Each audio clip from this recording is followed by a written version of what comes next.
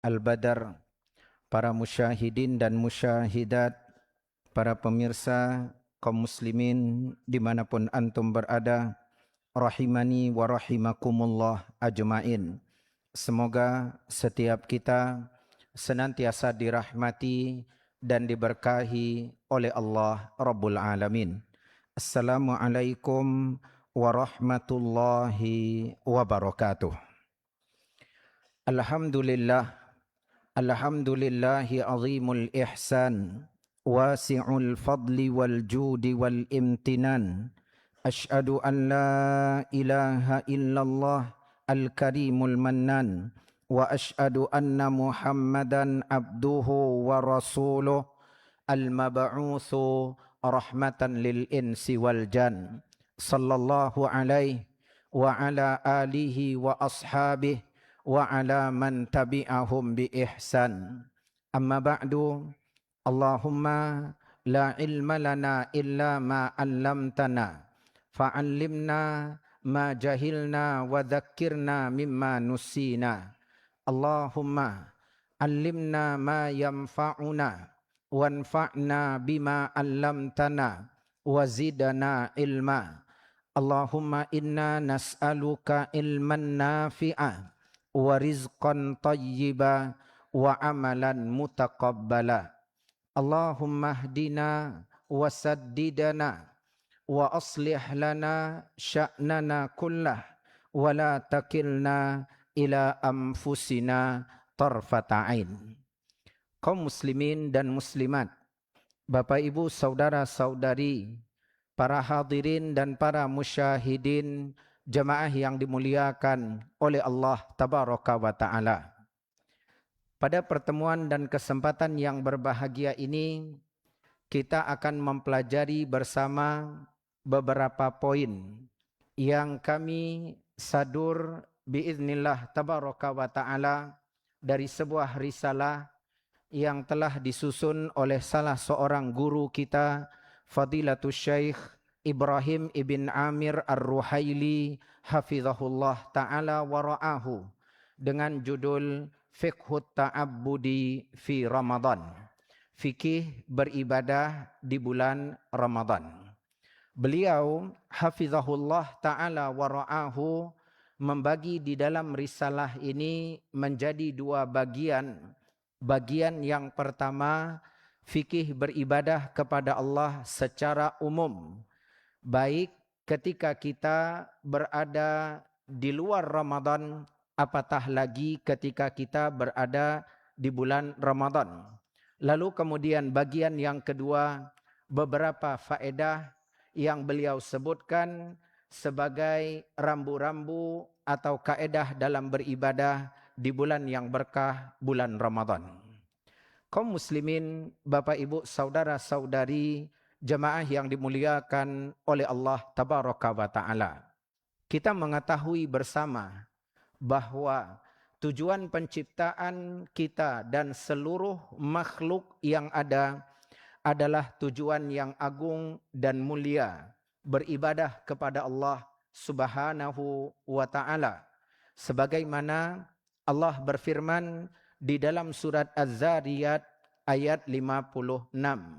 Wa ma khalaqatul jinna wal insa illa liya'budun. Aku tidak menciptakan jin dan manusia melainkan agar mereka dapat beribadah kepadaku. Beribadah kepada Allah Tabaraka wa Ta'ala, kaum muslimin yang dirahmati olehnya, berlaku bagi kita sepanjang hayat masih dikandung badan. Kapanpun, dimanapun, di bulan apapun, dalam situasi dan kondisi seperti apapun. Yang menjadi batas dan limit dari ibadah itu hanyalah al-maut, kematian yang memisahkan kita dengan al-hayah, kehidupan. Allah berfirman di dalam surat Al-Hijr ayat 99, wa'bud rabbaka hatta ya'tiyakal yakin. Ibadatilah Rabbmu sehingga kematian datang menghampirimu. Maka perlu dipahami Bapak Ibu, saudara-saudari kaum muslimin, bahwa kita tidak hanya beribadah di bulan Ramadan saja, tapi kita dituntut untuk beribadah kepada Allah Tabaraka wa Ta'ala selama Allah memberikan nikmat kehidupan kepada kita. Datang ungkapan dari para ulama, kun rabbaniyan wala takun ramadaniyan. Jadilah kalian hamba Allah Tabaraka wa Ta'ala yang sebenar-benarnya, dan janganlah kalian menjadi hamba bagi Ramadan. Ramadan ini makhluk, tak layak kita menghambakan diri kepadanya. Salah satu bentuk seorang menjadi hamba bagi Ramadan, dia hanya beribadah di bulan Ramadan saja. Seakan-akan Allah yang harus ia ibadati hanya harus ia ibadati di bulan Ramadan saja. Seakan-akan pula Allah tidak ada di bulan-bulan yang lain. Maka kaum muslimin, luruskan persepsi kita, sudut pandang dan pola pikir bahwa kita adalah hamba dan budak Allah. Beribadah itu adalah kewajiban yang ada di atas pundak setiap kita. Bahkan ketika kita berada di erangan terakhir atau tarikan nafas terakhir pun, ibadah itu masih menjadi kewajiban bagi setiap kita. Barang siapa yang ucapan terakhirnya adalah la ilaha illallah dakhalal jannah, maka dia akan masuk surga. Dan itu ibadah. Kaum muslimin, Bapak Ibu, saudara-saudari, jamaah yang dimuliakan oleh Allah Tabaraka wa Ta'ala. Ada banyak kaedah dan rambu-rambu dalam beribadah yang disebutkan oleh penulis Syekh Ibrahim Ar-Ruhaili hafizahullah ta'ala wa ra'ahu. Beberapa kita kutip darinya dan kita ringkas juga dengan beberapa tambahan dari beberapa referensi dan rujukan yang ada. Yang pertama, yang perlu dipahami oleh setiap hamba ketika dia hendak beribadah kepada Allah Tabaraka wa Ta'ala adalah fahmu hakikatil ibadah. Hendaklah seseorang memahami hakikat ibadah. Apa itu esensi ibadah? Seringkali Bapak Ibu saudara-saudari kaum muslimin, kebanyakan dari kita ketika ditanya apa itu ibadah, maka jawaban yang dikemukakan atau diberikan adalah contoh-contoh ibadah. Ibadah itu puasa di siang Ramadan. Ibadah itu melaksanakan sholat tarawih di malam hari. Ibadah itu baca Al-Quran. Ibadah itu memberi makan para fuqara, masakin, dan juga para shaimin, orang-orang yang berpuasa. Padahal ini semua adalah contoh. Benar, ini adalah ibadah. Tapi bila dihadapkan tentang hakikat ibadah, maka sesungguhnya ibadah itu cakupannya lebih luas dari contoh-contoh yang kita sebutkan tadi. Syekh Hafizahullah mengatakan, ibadah adalah ismun jami'un likulli ma syara'ahu Allah Ta'ala minal aqwali wal a'mal al-zahirah wal batinah. Ibadah itu adalah sebuah nama yang mencakup untuk setiap yang Allah syariatkan kepada kita, baik berupa perkataan atau perbuatan yang nampak dan yang tidak nampak. Semua yang Allah syariatkan kepada kita, baik berupa perkataan atau perbuatan yang nampak dan yang tidak nampak. Yang nampak amalan zahir. Seorang menegakkan solat terlihat perubahan gerakan. Dari berdiri, rukuk, kemudian i'tidal, kemudian sujud, dan seterusnya. Kalau dia baca Al-Quran, terdengar lantunan suara bacaan Al-Quran. Amalan zahirah. Kalau dia berumrah, berhaji, terlihat. Begitu juga jihad fisabilillah. Amalan yang tidak nampak, yang dimaksudkan adalah a'malul qalbi. Amalan-amalan hati. Seperti keikhlasan, tawakal, rasa takut, rasa harap, kemudian ikhlas, kemudian juga khusyuk. Ini amalan hati. Maka, ma'asyiral muslimin, Dari penjelasan Syekh Hafizahullah, kita bisa menyimpulkan madarul ibadah, poros daripada ibadah kembali kepada 3 amalan. Yang pertama, a'malul qalbi, amalan hati. Yang kedua, a'malul lisan, amalan lisan. Yang ketiga, a'malul badan, amalan badan. Ini ibadah. Ketika kita berpuasa, amalan badan. Apakah hanya amalan badan saja yang kita perhatikan? Berhati-hati Bapak Ibu kaum muslimin kaum muslimat, bahwa kita juga harus memperhatikan amalan hati. Nabi SAW bersabda, "Man shoma Ramadhana imanan wahtisaba." Barang siapa yang berpuasa atas dasar iman kepada Allah, dia yakini puasa ini perintah dari Allah, puasa ini Allah fardukan kepadanya, lalu kemudian wahtisaba, dia meluruskan niat dalam berpuasa lillahi ta'ala, karena Allah Azza wa Jalla. Dan ini amalan hati. Nabi SAW memerintahkan kita untuk berpuasa dan memberi penekanan, hendaknya kalian perhatikan amalan hati. Bapak Ibu, saudara-saudari kaum muslimin, untuk mempuasakan badan kita dari makanan dan minuman, jangankan kita, insya Allah anak-anak kita kalau kita latih mereka juga akan bisa. Kalau hanya mempuasakan badan dari makanan dan minuman. Ada yang lebih berat daripada itu, mempuasakan hati kita. Dari apa? Dari perkara-perkara yang tidak diridhoi oleh Allah Tabaraka wa Ta'ala. Kalau tadi ma'asyiral muslimin mengerjakan sholat tarawih untuk berdiri dari rakaat pertama hingga terakhir witir di belakang imam membutuhkan kekuatan badan, benar. Akan tetapi ada yang lebih berat yang harus dihadirkan dan diperjuangkan, ia adalah keikhlasan niat.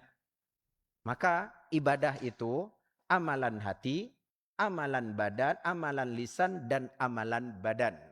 Kalau kita memahami begini cakupan ibadah, maka dalam mengerjakan ibadah puasa, niat akan kita pelihara, akan kita jaga. Ketika kita berpuasa, kita juga memperbanyak amalan lisan. Ketika Nabi SAW ditanya, ayyus sha'imina a'zamuhum ajran indallah, siapakah orang berpuasa wahai Rasulullah yang paling banyak dapat pahala di sisi Allah? Nabi SAW mengatakan, aksaruhum zikran lillahi ta'ala, yang paling banyak berzikir. Sehingga ketika berpuasa, kita paham ada ibadah-ibadah yang tidak boleh kita ketepikan. Zikir. Zikir yang paling afdal adalah tilawah Al-Quran. Berarti kita ketika berpuasa memperbanyak bacaan Al-Quran. Memperbanyak al-kalimat tayyibat. Kalimat-kalimat yang baik. Subhanallah, walhamdulillah, wala ilaha illallah, wallahu akbar. Agar lisan ini tidak terjerumus ke dalam perbuatan maksiat dan dosa. Ini poin yang pertama. Allah Subhanahu wa ta'ala sebagai pelengkap dari poin pertama ini, Allah telah berfirman di dalam surat Al-An'am ayat 162. Qul, katakan kepada mereka, wahai Rasul kami, inna salati wa nusuki wa mahyaya wa mamati lillahi rabbil alamin. Sesungguhnya salatku dan sembelihanku, kemudian hidupku dan juga matiku, ku persembahkan hanya untuk Allah, Rabb alam semesta.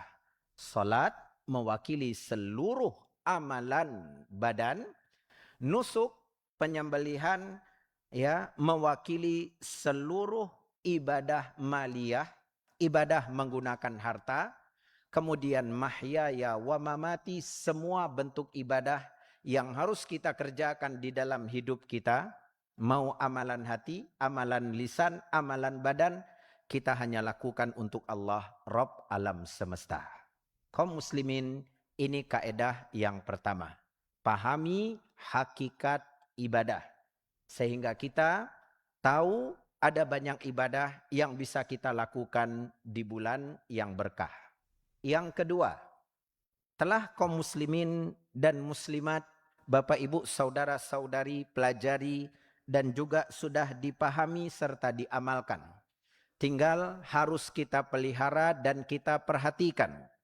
Kaedah dan rambu-rambu beribadah yang kedua, ketahui syarat ibadah ada dua, tidak dapat dipisahkan satu dari yang lainnya. Yang pertama, keikhlasan niat. Yang kedua, ibadah tersebut sesuai dengan syariat. Allah berfirman dalam surat Al-Kahfi di ayat yang terakhir, "Faman kana yarju liqa'a rabbih falyamal amalan salihah wala yusyrik bi'ibadati rabbih ahada." Barang siapa yang mengharapkan perjumpaan dengan Allah tabaraka wa taala, mengharapkan ganjaran, mengharapkan pahala, mengharapkan menjadi penghuni surga, mendapatkan keridhaan dan ampunan dari Allah tabaraka wa taala, yang pertama hendaklah dia lakukan amalan salihah, amalan yang sesuai dengan tuntunan dan ajaran. Yang kedua, wala yusyrik bi'ibadati rabbih ahada. Hendaklah dia tidak menyekutukan Allah dengan sesuatu apapun dalam ibadahnya, yakni niatnya harus lurus karena Allah tabaraka wa taala. Ini kaedah yang kedua. Hadirkan dalam setiap ibadah yang kita kerjakan. Yang ketiga, Syekh Hafizahullah Ta'ala wa ra'ahu menyebutkan, ibadah ma'asyiral muslimin hendaklah dibangun di atas ilmu. Jadikan ibadah itu seperti sebuah bangunan dan ilmu adalah pondasinya. Beliau mengatakan hafizahullah, ibadah itu sebelum kita kerjakan, bekali diri dengan ilmu. Tahu bahwa ibadah itu diperintahkan, ada nasnya, ada dalilnya. Kemudian tahu pula ada nas dan dalil yang menjelaskan kaifiatnya. Kalau kita berbicara tentang puasa, maka kita mengetahui, walaupun kita tidak hafal ayat demi ayat di dalam rentetan ayat-ayat puasa.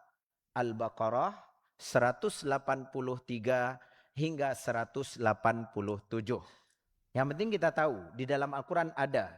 Dan Allah tabaraka wa ta'ala memerintahkan kita untuk berpuasa. Lalu kemudian Allah menjelaskan bagaimana tata cara berpuasa. Nabi SAW juga mencontohkan di dalam praktek dan pengamalannya. Maka bangunlah setiap ibadah itu di atas pondasi ilmu. Allah berfirman dalam surat Muhammad ayat 19, "Fa'lam annahu la ilaha illallah wastaghfir lidzambik." Maka berilmulah engkau wahai Rasul kami, terlebih dahulu berilmulah engkau. Tidak ada ilah yang berhak diibadati dengan benar kecuali Allah. Kemudian barulah engkau meminta ampun atas dosamu. Fabada'a bil ilmi qablal qawli wal amal. Al-Imam Al-Bukhari rahimahullah ketika menyitir ayat yang mulia ini di dalam kitabnya Sahih Al-Bukhari, beliau rahimahullah mengeluarkan sebuah kaedah dari ayat yang mulia surat Muhammad ayat 19. Allah mendahulukan perintah untuk berilmu sebelum seseorang itu berucap dan beramal. Ini kaedah yang ketiga. Yang keempat, Syekh Hafizahullah menyebutkan ada dua perkara. Tidak menjadi syarat ibadah kita diterima, tetapi menjadi pelengkap. Sehingga tidak bisa kita ketepikan, tidak boleh kita sepelekan. Dua perkara ini kaum muslimin mesti menjadi perhatian bagi kita. Sebelum beribadah, ketika beribadah, dan setelah beribadah. Dua perkara itu Yang pertama, tawakal kepada Allah. Yang kedua, minta bantuan dan pertolongan, yakni berdoa kepada Allah. Dua perkara yang tidak boleh dipisahkan. Hadirkan sebelum, ketika, dan setelah. Tawakal kepada Allah. Allah berfirman, fa'budahu wa tawakkal alaih. Ibadatilah Allah dan bertawakkallah engkau kepadanya. Berdoa, minta bantuan kepada Allah. Allah berfirman di dalam surat Al-Fatihah, Iyyaka na'budu wa iyyaka nasta'in. Perhatikan, Syekh Abdurrahman Ibn Nasir As-Sa'di rahimahullah berkata, Iyyaka na'budu wa iyyaka nasta'in. Hanya kepadamulah kami beribadah dan hanya kepadamulah kami meminta pertolongan. Minta pertolongan, kata beliau, ini termasuk ibadah. Tapi dalam ayat yang mulia ini Allah pisahkan. Ya, Allah ingin mengajari kepada kita, berdoa minta bantuan itu termasuk ibadah, betul. Tetapi ada faedah lain bahwa Allah ingin menegaskan, mana mungkin kalian bisa na'budu, beribadah kepada Allah, kalau kalian tidak pernah mau nasta'inu billah. Kalau enggak pernah mau minta bantuan dan pertolongan kepada Allah, mana mungkin setiap kita bisa beribadah kepada Allah. Maka ma'asyiral muslimin, baik siang hari dengan berpuasa, demikian pula malam hari dengan salat tarawihnya, di jeda-jeda dan di sela-sela waktu yang ada dengan tilawah kitabillah, Al-Quranul Karim, kitab yang mulia. Begitu juga infak dan sedekah yang kita keluarkan, bantuan yang kita berikan, maka hendaklah kita berserah diri kepada Allah dan selalu berdoa. Kaum muslimin, kalau mengandalkan kemampuan diri dan kekuatan yang ada, kita ini adalah makhluk yang lemah. Tanpa bantuan dan pertolongan dari Allah, kita tidak akan kuat. Bapak-bapak jangan mengira bahwa kopi yang diminum itu semata-mata menguatkan bapak-bapak untuk menghidupkan malam Ramadan. La wallahi, tidak. Mungkin habis satu termos atau satu cerek, kalau Allah tidak beri kekuatan, kita tetap akan tepar. Tapi doa kepada Allah. Manusia termulia Muhammad sallallahu alaihi wasallam berdoa, Allahumma a'inni ala zikrika wa syukrika wa husni ibadatik. Beliau ajarkan doa yang mulia ini kepada Muadz bin Jabal, baca di tasyahud akhir sebelum salam. Kata Ali bin Abi Thalib radhiyallahu taala an, aku kerap kali mendengar Nabi sallallahu alaihi wasallam berdoa, Allahumma inni as'alukal huda wassadad. Beliau ulang-ulang sebagai bentuk pengamalan dari ayat yang mulia, ihdinas siratal mustaqim. Allahumma inni as'alukal huda. Ya Allah, ku minta kepadamu petunjuk, wassadad, kekuatan untuk berjalan di atas petunjuk itu. Kaum muslimin, ini malam ketiga.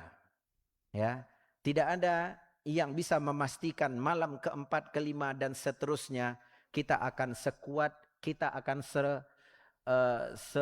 segigih dan setangguh ini. Enggak ada yang bisa memastikan kita bisa survive sampai ke akhir Ramadan kalau tidak bantuan dan pertolongan dari Allah. Bersandar kepada diri, kita lemah. Kita akan cepat capek dan lelah.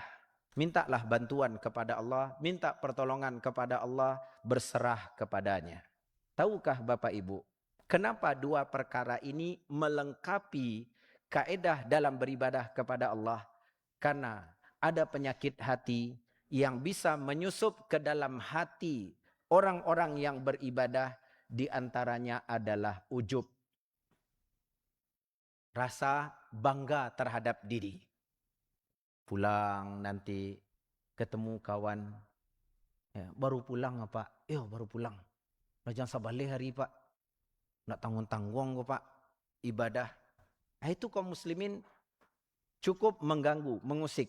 Kalau kita punya kekuatan dengan pertolongan dari Allah, kita bisa meredam. Alhamdulillah. Mudah-mudahan kita berdua diberikan taufik oleh Allah. Selesai. Tapi kalau tidak, kita akan kembali kepada diri. Ya, ambo jantum jenis samuan. Beda kelas awak kawan. Antum jam 9.30 lah selesai tarawih. Ambo tengok jam sabaleh. Biko malam sambung lo balik. Ya, biko mau kiriman fotonya. Itu kaum muslimin. Kalau kita nggak berdoa kepada Allah, Allah biarkan. Sudah, silakan kau beribadah semaumu. Bagaimana kita bisa melakukan ibadah? Bagaimana kita juga bisa menjaga ibadah? Berat. Berat ma'asyiral muslimin. Melaksanakan ibadah berat. Menjaga ibadah juga tak kalah berat. Ya, dengan segala fitnah yang ada di zaman kita. Gatal tangan ini mau apa? Ngasih tahu ke kawan.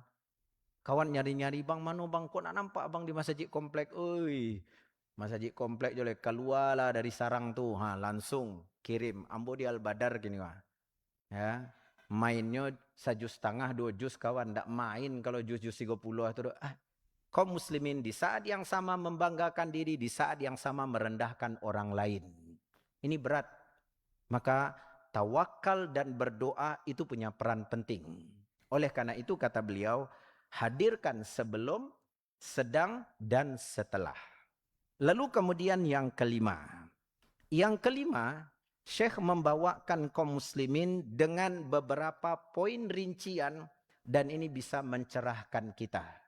Poin yang kelima kata Syekh Ibrahim hafizahullah ta'ala wa ra'ahu, mengenal dan memahami keutamaan ibadah dan tingkatan kedudukannya. Ya, Allah tabaraka wa taala dengan rahmat dan kasih sayangnya Bapak Ibu kaum muslimin kaum muslimat menjadikan ibadah yang bisa kita lakukan beraneka ragam bentuknya. Sehingga kita bisa katakan tidak satu jalan menuju ke surga. Alhamdulillah. Allah menjadikan banyak. Sehingga kita bisa milih mana ibadah yang bisa kita lakukan. Tetapi kita juga harus mengetahui ibadah itu bertingkat-tingkat kedudukannya. Allah tidak jadikan di satu level.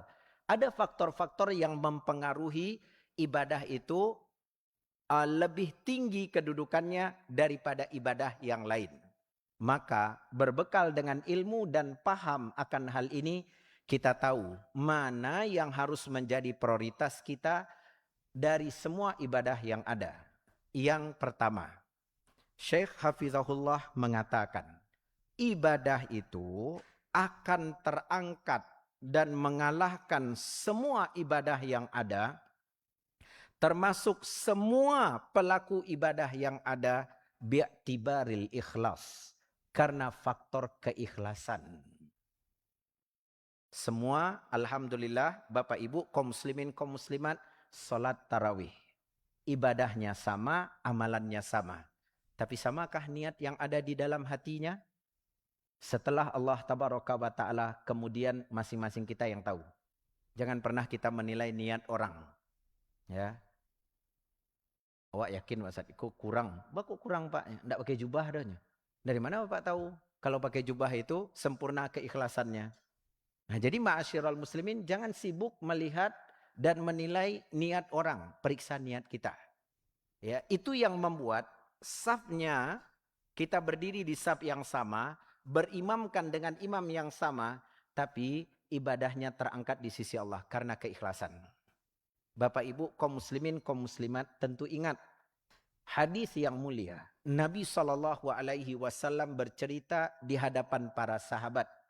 Ada seorang laki-laki warawiri berlari senang dan gembira di dalam surga. Para sahabat mendengar, ya betul lah, semua yang masuk surga pasti senang dan gembira. Tapi poinnya Nabi SAW ingin mengatakan laki-laki ini senang, gembira, lari ke sana kemari dalam surga karena dia bisa masuk surga melakukan sebuah amalan yang barangkali oleh kebanyakan orang dipandang sebelah mata. Apa yang dilakukan oleh laki-laki ini? Dia menyingkirkan dahan dari tengah jalan. Jadi ada dahan, dia angkat, dia singkirkan dari tengah jalan. Nggak ada orang yang lihat. Dia katakan, aku singkirkan ini ya Allah karena mengharapkan pahala dan ganjaran darimu. Dia niatkan jangan sampai ada yang lewat terganggu oleh dahan yang melintang tengah jalan ini. Dia angkat, dia singkirkan. Karena Allah Azza wa Jalla ikhlas. Allah Tabaraka wa Ta'ala jadikan amalan itu sebagai sebab dia untuk dapat masuk surga. Ini luar biasa. Di sisi yang lain, kita juga mendengar kaum muslimin hadis bagaimana 3 orang datang ke hadapan Allah membawa amalan-amalan hebat. Laki-laki yang pertama Allah perlihatkan nikmat kepadanya, kemudian Allah bertanya, apa yang kau lakukan? Kata laki-laki ini, aku telah membaca Al-Quran karena engkau ya Allah. Aku pelajari, aku baca, aku hafal Al-Quran. Ya, itu karena engkau. Allah Azza wa Jalla mengatakan, kadzab, bohong. Kau membaca Al-Quran agar kau dikenal sebagai seorang qari. Pujian itu sudah kau dapatkan. Dipanggil yang kedua. Diperlihatkan nikmat kepadanya. Lalu kemudian Allah tanya apa yang dia lakukan. Kata dia, aku telah berjihad di jalanmu dan untukmu ya Allah. Allah Azza wa Jalla mengatakan bohong. Kau tidak berjihad karena aku. Tapi kau berjihad untuk mendapatkan pujian. Kau seorang pemberani, seorang kesatria, kau seorang pahlawan. Pujian itu sudah kau dapatkan. Dipanggil yang ketiga. Diperlihatkan nikmat kepadanya. Ditanya apa yang sudah dia lakukan.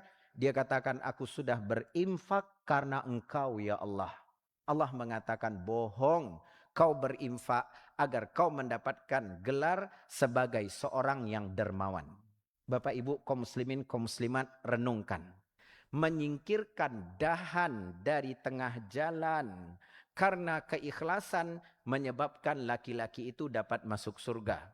3 orang yang Allah tanya dengan amalan-amalan hebat, semuanya amalannya tidak berarti, tidak bernilai di sisi Allah karena tidak ada keikhlasan niat. Maka Ibnul Mubarak rahimahullah berkata, betapa banyak amalan kecil tukabbiruhun niyah. Amalannya kecil tapi menjadi besar karena keikhlasan niat. Dan berapa banyak amalan-amalan besar tusaghiruhun niyah. Amalannya besar tapi menjadi kecil gara-gara tidak ada keikhlasan niat. Jadi kaum muslimin ini menjadi salah satu perlombaan bagi kita. Bukan hanya sekedar masuk ke masjid untuk melaksanakan rangkaian ibadah, solat isya, solat tarawih, witir. Kemudian kalau ada kajian kita mendengarkan kajian. Tapi ada hal yang juga perlu menjadi perhatian bagi kita. Apa niat yang kita bawa ketika menuju ke rumah Allah Tabaraka wa Ta'ala. 1.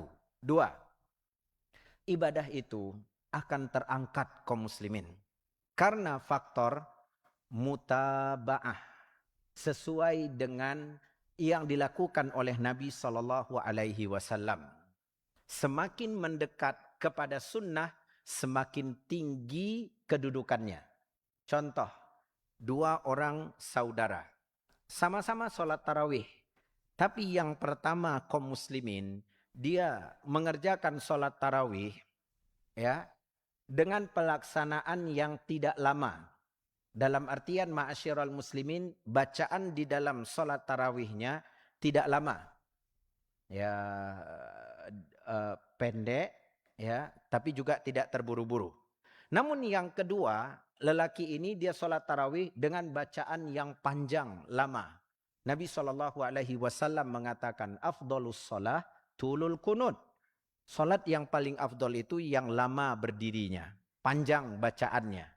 Makanya Nabi SAW, orang-orang soleh sebelum kita, itu mereka sholat bilmi'in dengan ratusan ayat panjang. Nah, 2 saudara ini melakukan ibadah yang sama. Tapi yang kedua lebih unggul keadaan ibadahnya daripada yang pertama dari sisi mendekat pelaksananya lebih mendekati kepada sunnah, yakni lama berdirinya. Jadi di situ juga menjadi pertandingan dan perlombaan bagi kita. Kemudian yang ketiga, ibadah itu kaum muslimin, di dalam agama kita, Allah tabaraka wa ta'ala jadikan ada tingkatan dan ada derajat. Maksudnya ada urutan yang paling atas, lalu kemudian di bawahnya yang kedua. Syekh mengatakan yang paling atas itu amalan fardu. Yang berada di bawahnya itu amalan sunnah. Ini perlu dipahami. Letakkan amalan itu masing-masing pada tingkatannya, pada urutannya. Jangan sampai keliru, jangan sampai salah kaprah. Kaum muslimin, Al-Imam Ibnu Hajar Al-Asqalani, Al-Hafidh rahimahullah berkata, Man syaghalahul fard anin nafal fahuwa ma'zur. Seorang yang karena kesibukannya dalam amalan fardu, dia sibuk, amalan fardu dia kerjakan. Tapi amalan sunnah, dia tidak begitu aktif, tidak begitu disiplin, tidak begitu rutin. Ya, tapi kaum muslimin, fardu ini menjadi perhatian, dia kerjakan. Maka dia ma'zur, sosok yang dimaafkan. Sosok yang diberikan kepadanya uzur. Dia kerjakan yang fardu, tapi yang sunnah dia tidak begitu aktif, tidak begitu disiplin. Ini tidak mengapa. Akan tetapi kata beliau rahimahullah, man syaghalahun nafal anil fard fahuwa maghrur. Sosok seseorang yang dia sibuk dengan amalan sunnah, tapi menelantarkan amalan fardu, maka dia adalah sosok yang tertipu dan sosok yang keliru. Contoh, kaum muslimin. Kita melihat banyak sekali geliat dan semangat yang luar biasa dari kaum muslimin. Hadani Allah wa iyahum. Semoga Allah memberi hidayah kepada setiap kita. Semangat mau mengerjakan sholat tarawih. Ya, sholat tarawih itu hukumnya sunnah. Tapi kaum muslimin ketika dihadapkan dia dengan sholat zuhur dan asar, itu terasa berat kaum muslimin. Ya, lagi enak tidur dibangunin sama istrinya, jagolah bang. Ya orang lah mengaji-ngaji tuha di masjid. Azan sebentalai. You kan masih sebentalai. Dia masih apa? Masih baring, rebahan, tidur. Begitu sudah azan bang, kan baru azan. Ya, nantilah selesai azan, bang, biko komat sebentar lagi. You biarlah. Nak nampak dia adik, pekan baru ku angik. Ya, bawa ke keluar tengah hari ku, wak puaso. Ya, bang, itu kan solat bang berjamaah ke masjid. Iyalah, kami saja di rumahnya. Kaum muslimin banyak alasannya. Ya, ambo se puaso kini rasuka mati mo. Tu basuruh Allah mo ke masjid lah. Tu ramonyo pembunuhan berencana nama tu. Menyuruh mo mati nama tu. Begitu kaum muslimin alasan dia. Lah pak, itu sholat tarawih sunnah. Zuhur dan asar fardu. Bagaimana seorang bisa sibuk dengan amalan sunnah tapi menelantarkan amalan fardu? Hal yang sama Bapak Ibu kaum muslimin kaum muslimat. Hati-hati. Para ya mu'takifin dan mu'takifat. Ini sholat malam. Ya, betul-betul giat semangat. Tapi kaum muslimin ternyata subuhnya kesiangan. Ini juga perlu menjadi perhatian bagi kita.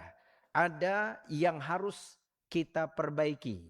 Ibadah itu bertingkat-tingkat, letakkan sesuai urutannya. Maka nanti kita akan dengarkan sebuah kaidah kata Syekh. Amalan itu bisa amalan yang afdol, bisa amalan utama, tapi tidak menjadi amalan yang utama karena pelakunya tidak mampu melakukan amalan tersebut dengan baik dan sempurna. Jadi kaum muslimin ingat, wajib di atas yang sunnah. Jadi yang wajib aja kita kerjakan, Ustaz? Tidak. Yang wajib itu kita dahulukan, yang sunnah kita iringi, kita ikut sertakan. Ini yang benar. Kemudian Bapak Ibu saudara-saudari kaum muslimin. Syekh mengatakan, ibadah itu juga punya kedudukan dan keutamaan dan terangkat kedudukannya karena faktor al-mudawamah. Apa arti al-mudawamah? Artinya adalah konsisten, berkelanjutan, berkesinambungan. Contoh Bapak Ibu, fulan dia beribadah banyak tapi sekala. Sementara yang kedua beribadah sedikit tapi continue. Maka ma'asyiral muslimin, kedua orang ini ibadah yang dia lakukan itu punya keutamaan. Tapi yang kedua mendapatkan keutamaan yang terangkat karena faktor dia continue. Biarlah sedikit, ahabbul a'mal ilallah adwamuha wa in qalla. Amalan yang paling dicintai di sisi Allah itu berkelanjutan walaupun sedikit.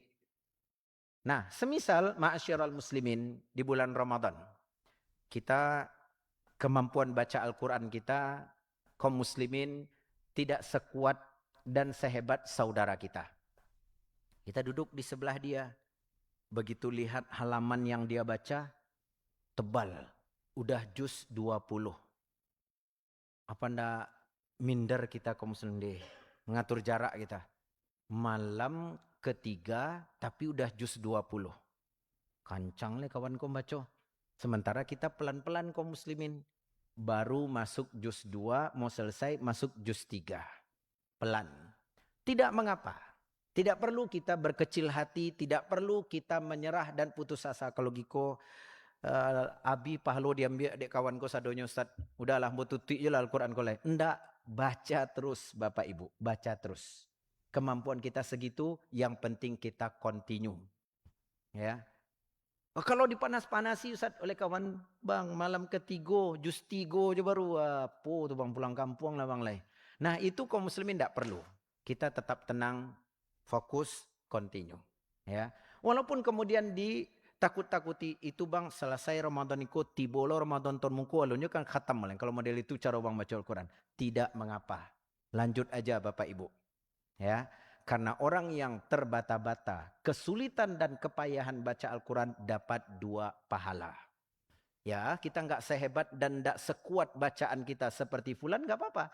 Tapi hibur diri kita, apa yang kita lakukan tidak sia-sia di sisi Allah. 2, pahala baca Al-Quran. 1, kemudian pahala bermujahadah. Kita berjuang melawan kemalasan, melatih diri kita untuk apa?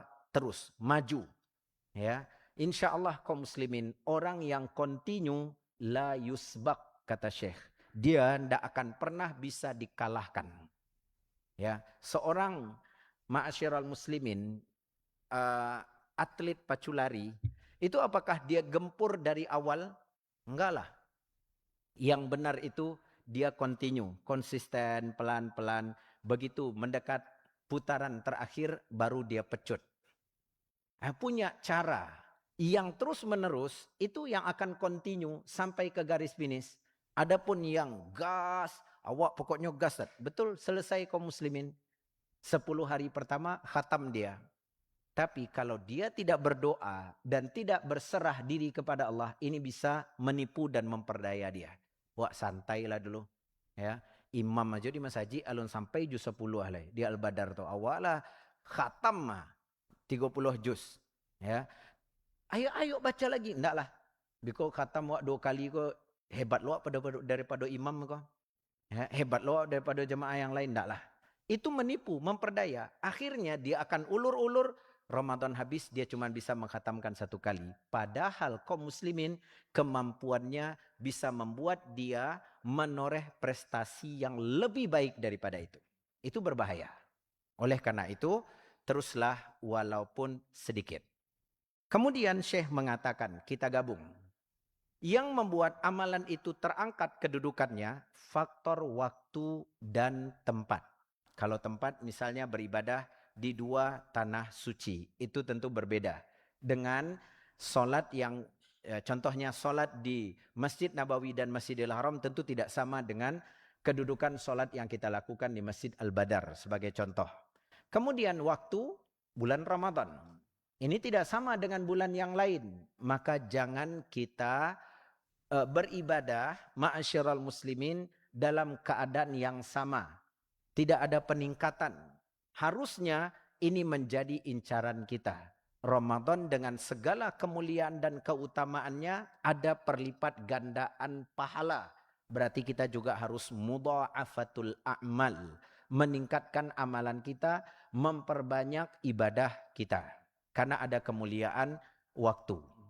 Berikutnya, ma'asyiral muslimin, Syekh Hafizahullah Ta'ala wara'ahu mengatakan, ibadah itu kaum muslimin juga akan terangkat kedudukannya karena faktor faedah dan manfaat yang dirasakan dari ibadah tersebut. Semakin banyak yang merasakan faedah dan manfaatnya, semakin tinggi kedudukan ibadah tersebut. Contoh, kalau kita sholat tarawih kaum muslimin, itu ya kebaikannya cuma kita. Ya. Tapi ketika kita memberi makan para fuqara dan masakin, itu banyak. Si bapak kalau dia sehat, dia kuat, dia bisa bekerja, dia bisa mencari ma'isyah dan nafkah untuk orang-orang yang berada di belakang punggungnya. Apalagi kaum muslimin kita berikan lengkap. Berapa orang? Satu keluarga ada 5 orang, kita berikan makan kelima-limanya. Itu mereka sehat, mereka bisa berpuasa. Bahkan kita tambahkan, ini ada 1 bungkus lagi lauk untuk sahur. Mereka tenang malam itu beribadah. Karena ada hidangan untuk berbuka dan ada juga lauk pauk untuk sahur. Nah, semakin besar faedah dan manfaatnya, semakin tinggi kedudukannya. Makanya para ulama mengatakan ibadat muta'addiyah, ibadah yang manfaatnya, kebaikannya didapatkan oleh banyak orang, itu lebih utama daripada ibadah qasirah. Ibadah yang manfaatnya cuma untuk 1 orang. Lalu apakah kita fokus pada satu saja? Tidak. Yang terbaik gabungkan. Gabungkan ma'asyiral muslimin. Selain ibadah yang manfaatnya untuk diri kita, kita juga mencari pahala dengan ibadah-ibadah yang bermanfaat untuk orang lain. Menyediakan hidangan perbukaan untuk orang yang berpuasa, memberi makan para fuqara, masakin, para du'afa, ya, memberi bantuan kepada para penuntut ilmu di dalam belajar mereka. Ini ibadah-ibadah yang ma'asyiral muslimin besar, ya, kemuliaannya dan tinggi kedudukannya. Kemudian Bapak Ibu kaum muslimin, kaum musliman. Tadi sudah kita singgung. Syekh mengatakan, ibadah itu mulia utama. Tetapi dalam sebuah kondisi dan keadaan bagi seorang hamba tidak jadi utama. Kenapa? Karena dia tidak punya kemampuan untuk melakukannya dengan baik dan sempurna. Contoh, Syekhul Islam Ibn Taimiyah rahimahullah pernah ditanya, wahai Syekh, apa ibadah yang kami hidupkan di malam hari? Syekh mengatakan pertama solat, yang kedua tilawah Al-Quran, yang ketiga doa, yang keempat zikir. Ini ibadah yang bisa kita lakukan untuk menghiasi malam kita. Tapi ingat kaum muslimin, bahwa kemampuan kita dan kesanggupan kita dalam melakukan ibadah, agar ibadah ini tegak dengan baik dan sempurna, artinya kita bisa khusyuk, bisa tenang dalam melakukannya, itu punya peran penting. Maka di saat seorang kecapean, kelelahan, kantuk berat, solat bagi dia bukan sesuatu yang mudah, dia pindah kepada yang kedua. Daripada dia solat kaum muslimin ngawur bacaannya, tak kemana-mana perginya, dia sendiri juga nggak menyadari, kok bisa itu loh mau baca. Ya, kok bisa ke sana pula bacaan saya. Apalagi kalau sempat terbalik, bacaan ruku ke sujud, sujud ke ruku. Ini kan berbahaya kaum muslimin. Maka yang terbaik berarti apa? Dia pindah yang kedua, baca Al-Quran. Oh, ternyata baca Al-Quran juga sama beratnya. Solat wah baca Al-Quran juga, Ustaz. Ya kan sampai tagak, Bang. Ayo duduk aku lebih parah loh, Ustaz. Ya. Baru ayat kedua baru udah berkunang-kunang matanya. Iko huruf ba atau huruf nun kau Ustaz. Atau apa doh? Abang yang baca. Ya, dia ragu-ragu kaum muslim ini kemana pergi titiknya. Susah dia. Berarti dia tidak mampu melakukan yang kedua. Pindah yang ketiga, berdoa. Ya, berdoa mudah kaum muslimin, dia berdoa melapor kepada Allah Azza wa Jalla. Ayo dah, lakukan itu. Selesai berdoa, masih ada sisa kekuatannya, menjelang dia tertidur, istirahat lagi untuk mengumpulkan staminanya, dia bisa baca zikir. Nah, begitulah kata Syekh yang terbaik. Karena tidaklah seseorang memaksakan dirinya dalam urusan agama, kecuali dia akan menjadi orang yang terkalahkan karenanya. Maka kaum muslimin, kalau bisa menggabungkan, itu tentu fabiha wa ni'mah. Kita sholat, kemudian jeda sholat kita baca Al-Quran, kemudian sholat lagi, kemudian jedanya kita berdoa, kemudian sholat lagi, kemudian menjelang istirahat menunggu azan subuh berkumandang kita berzikir. Itu tentu lebih mulia, lebih istimewa. Tapi kan kekuatan kita, kemampuan kita masing-masing satu dan yang lainnya berbeda-beda. Kembali kepada kemampuan. La yukallifullahu nafsan illa wus'aha. Kaum muslimin, Bapak Ibu, saudara-saudari, jamaah yang dimuliakan oleh Allah Tabaraka wa Ta'ala. Sebagai penutup dari kaedah dan rambu-rambu dalam beribadah. Di bulan apa saja, terkhusus di bulan Ramadan, maka Syekh mengatakan, seseorang harus tahu pada waktu itu, pada masa itu, apa ibadah yang ditekankan dan memiliki keutamaan atau mendapatkan perhatian. Itu dulu yang dia perhatikan. Contoh, di bulan Ramadan kaum muslimin banyak varian ibadah yang bisa kita lakukan. Tapi kita harus tahu, dari semua ibadah ini mana yang mendapatkan penekanan. Yang mendapat penekanan pertama adalah apa ibadah yang fardu di bulan Ramadan? Puasa. Makanya Nabi mengatakan man shoma Ramadhana imanan wahtisaba. Puasa tuh Bapak Ibu. Ya, perhatikan puasa kita, kerjakan puasa sesuai tuntunan Nabi yang mulia sallallahu alaihi wasallam, perhatikan perkara yang dapat membatalkan puasa. Perkara yang dapat merusak puasa, memang tidak membatalkan tapi merusak, akhirnya pahalanya berkurang atau malah hilang. Nah, ini yang pertama. Yang kedua, apa lagi ibadah yang afdol di bulan Ramadan? Qiyam Ramadan, salat tarawih. Nabi mengatakan man qama ramadhana imanan wahtisaba. Perhatikan salat tarawih. Kemudian yang ketiga, qama lailatul qadar. Ya, giat dan semangat di 10 hari terakhir untuk mendapatkan kemuliaan dan keutamaan Lailatul Qadar. Ada ibadah yang lain? Ada.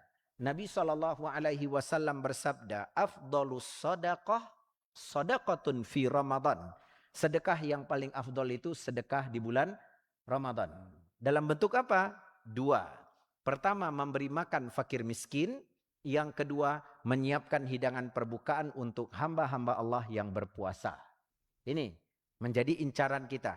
Kemudian apalagi ma'asyiral muslimin, i'tikaf.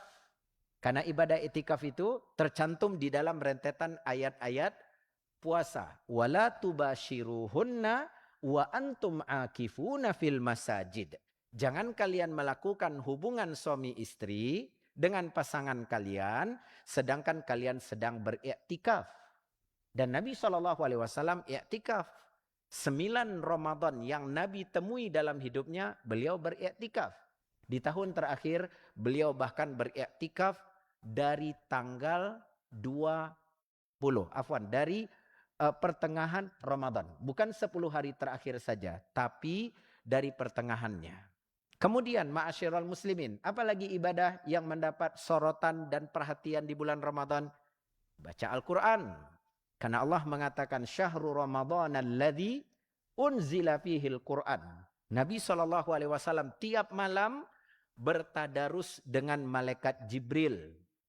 Bahkan di tahun terakhir beliau mengkhatamkan di dalam tadarusnya dengan malaikat Jibril 2 kali khatam. Berarti ini menjadi apa? Incaran kita. Menjadi kaum muslimin amalan unggulan kita. Apalagi Bapak Ibu, saudara-saudari kaum muslimin, berumroh.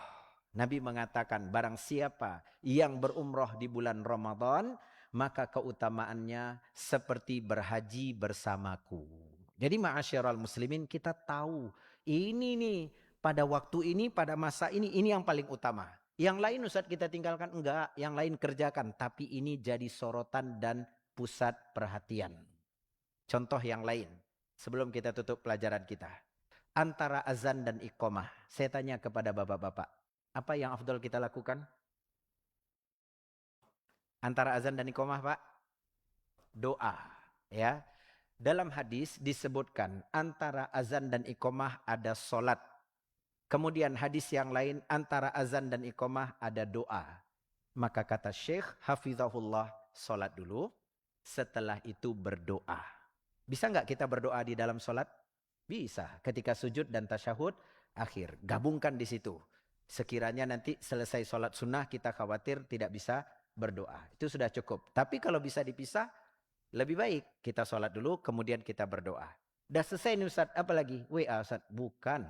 Ya, kalau udah selesai doa sholatnya, doanya mungkin bisa baca Al-Quran. Tetapi memilih, ana baca Al-Quran aja lah Ustaz, salah emangnya? Enggak salah. Tapi fikih ibadahnya kurang lengkap. Karena yang paling afdol itu letakkan apa yang paling utama di situ. Jadi ma'asyiral muslimin, sholat, kemudian dia berdoa, kemudian kalau masih ada waktu dia bisa baca Al-Quran. Tapi dia tinggalkan sholat dan doa lalu baca Al-Quran, salah? Enggak salah. Tapi enggak sempurna dia di dalam memahami fikih ibadahnya. Disitulah pentingnya seorang itu berilmu, bukan hanya bermodalkan semangat dan nafsu saja. Ma'asyiral muslimin, jamaah yang dimuliakan oleh Allah Tabaraka wa Ta'ala, itulah beberapa ringkasan dari faedah yang disebutkan oleh Syekh Hafizahullah Ta'ala wara'ahu, dan dikhitam dari kajian kita sebuah poin yang mewakili dari fikih ibadah di bulan Ramadan. Syekh mengatakan Nabi SAW menyambut Ramadan, menjamu Ramadan, dan mengakhiri Ramadan bil farah was surur, dengan kegembiraan dan kebahagiaan. Tanamkan itu di dalam hati kita. Kita senang, kita gembira bertemu dengan Ramadan. Kita berharap energi-energi positif Allah Tabaraka wa Ta'ala berikan kepada kita. Kita menjalani puasa, sholat tarawih, tilawah Al-Quran, semuanya dengan kegembiraan, semuanya dengan kebahagiaan. Kita nggak lihat halaman-halaman yang banyak itu, aduh, iko bila selesai ko Ustaz, baca aja lah dengan gembira, dengan senang. Ingat tiap huruf dapat 10 pahala. Ya, kayaknya tibo Ramadan ton mungko selesai, tibo Ramadan cil alun juga kata matam, enggak apa-apa. Terus aja Bapak Ibu. Kemudian kalau berinfak bersedekah, kita senang, kita bahagia, kita yakin tidak ada yang kita bagikan kepada orang dari kebahagiaan yang akan berkurang. Pasti ketika kita berbagi kebahagiaan, kebahagiaan juga Allah akan turunkan ke dalam hati kita. Apa yang kita berikan itu akan Allah gantikan. Jadi jalani dengan kegembiraan dan kebahagiaan, kita nggak akan terbebani. Tapi kalau dengan kesakitan hati kaum muslimin, berat. Ya, berat. Bisa jadi besok puasa itu masih di bawah tekanan. Ya Allah, hari ketiga baru Ustaz amul sangku kok lah 20 Ramadan Ustaz, capek mana bang? Dia tidak sabar. Ya, berat bagi dia berpuasa. Kemudian tarawih, ya Allah ya Rob, ya makin panjang rasa dia mau makin tak batu imam Ustaz. Kok imam lo tak batu? Ya, jadi ma'asyiral muslimin, rubah mindset kita. Nabi SAW senang, gembira, happy. Maka dengan begitu beliau semangat. Makanya kaum muslimin semakin ke ujung Ramadan semakin semangat. Mudah-mudahan itu bisa menjadi contoh dan teladan bagi kita. Sambil diingat-ingat, dilihat-lihat kiri kanan, bisa jadi ada jemaah Ramadan tahun lalu masih sholat bersama kita. Ternyata Ramadan tahun ini tinggal kita ya berdiri di saf tanpa ada saudara kita ya di sebelah yang mendampingi. Dia sudah wafat, meninggal dunia. Sudah tamat riwayat, sudah tutup buku. Kalaupun kaum muslimin kita bertemu dengan bulan Ramadan, coba dilihat-lihat, bukankah di sana ada banyak saudara kita yang sedang terbaring di rumah sakit dan harus dirawat. Alhamdulillah kita sehat, kita kuat. Ini yang menyenangkan, ini yang membahagiakan. Maka jangan pernah menyerah, jangan pernah putus asa. berbahagialah dengan nikmat ini dan teruslah menjemput pahala dan ampunan dari Allah tabaraka wa taala. Barakallahu fikum jami'an wa jazakumullahu khaira wa a'anakum ala ta'atir rahman. Wassalamualaikum warahmatullahi wabarakatuh.